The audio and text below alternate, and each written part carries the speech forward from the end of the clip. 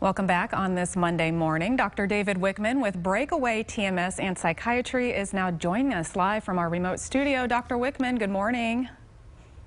Good morning. Well, September is Suicide Prevention Awareness Month, so tough conversations to have, but important ones to have. What kinds of things should people be on the lookout for in someone who may need some help? Well, generally, some of the biggest warning signs that we have people look for are very difficult now in these pandemic times. Generally, you look for people that are kind of changing the way that they go about living their daily lives, that are isolating or pulling back from everyone.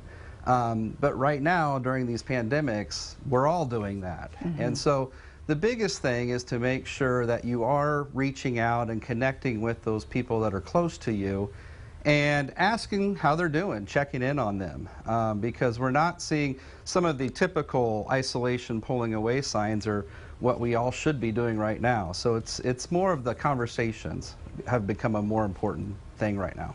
Well, is it okay to just come out and ask someone if they're struggling and may need help?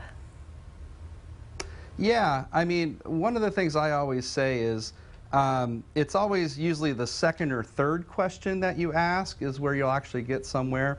Here in this society, we always see people and say, hey, how are you doing? And the automatic response is, oh, I'm doing okay. It's always the second question of, no, really, how are you doing?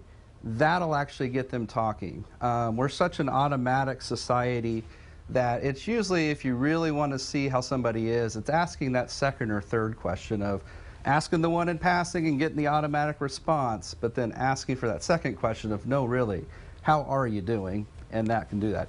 Being upfront and straightforward is the best way to be if you're actually really concerned about somebody. Well, talk about approach. How should you approach someone you know is struggling? Should you be really upfront or maybe a little more modest? A lot of it is having a conversation, and I know that a lot of people are very uncomfortable with this conversation. As a psychiatrist, we kind of have this every day, these types of conversations. But as just a friend talking to someone, we've all been low, we've all been down places, and it's more of just letting that person know that you're there for them. And there's nothing bad about asking them, have you ever been to that place where you just don't feel like living? And if the answer is yes to any of that, it's more of working at trying to get them somewhere where they can get that help, getting them to a specialist center or getting them hooked in with a therapist so they can explore those feelings a little bit more. Well, if people do have more questions or would like to learn more about the services that Breakaway provides, how can they reach out to you?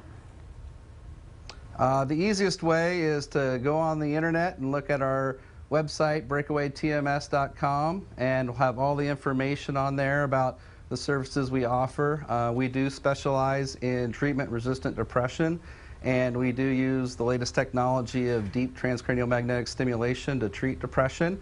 But all of the resources are there online. That's the kind of the one-stop shop that'll give you everything. And if you read and you need the help, then fill out the online kind of informational form, and somebody will reach out and contact you.